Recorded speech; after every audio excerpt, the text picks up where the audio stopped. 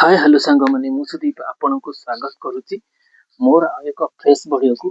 आज खराब समय खाइबा बसी आज खाइबार कौन कौन अच्छी ना देखते बर्तमान अच्छी उषुना भात अच्छी आता सहित अच्छी रसुण अच्छी कंचा लंका अच्छी डालमा अच्छी तो सहित अच्छी पांपड़ अच्छी तो सहित अच्छी बैगण टमाटर कंचा लंका पियाज चकटा साइड अच्छी बड़ी चूरा अच्छी आउ अच्छी भेंडी कंचा भेंडी अच्छी खाइले देह पाई भल। देखंतु